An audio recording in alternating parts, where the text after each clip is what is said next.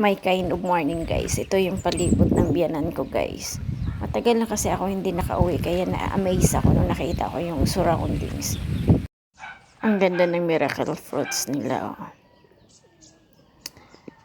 Mag-boyfriend pa kasi kami guys nung nakapunta ako dito sa lugar na to. Tapos ngayon 14 years old na yung anak ko. No, 15 na yung eldest ko. Dalawa na yung anak ko. Tapos ngayon lang ako nakauwi. Kaya na-amaze ako sa lugar nila.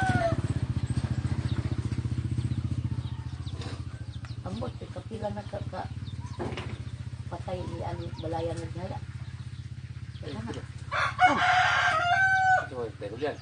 Eh, check.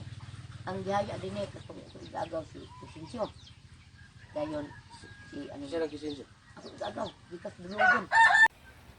Ang daming mga tanim-tanim nila dito guys. Ang dami nilang hayop.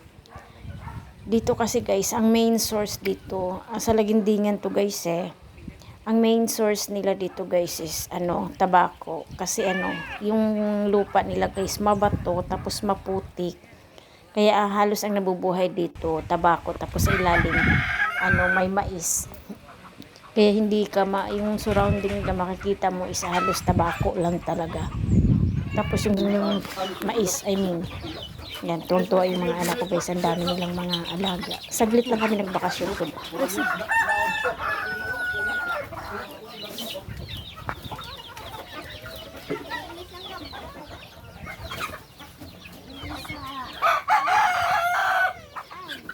Tuwa yung anak ko guys, nakita nila yung mga ganyan-ganyan kasi first time nila, hindi ko, alam mo naman sa Manila, walang mga ganito po.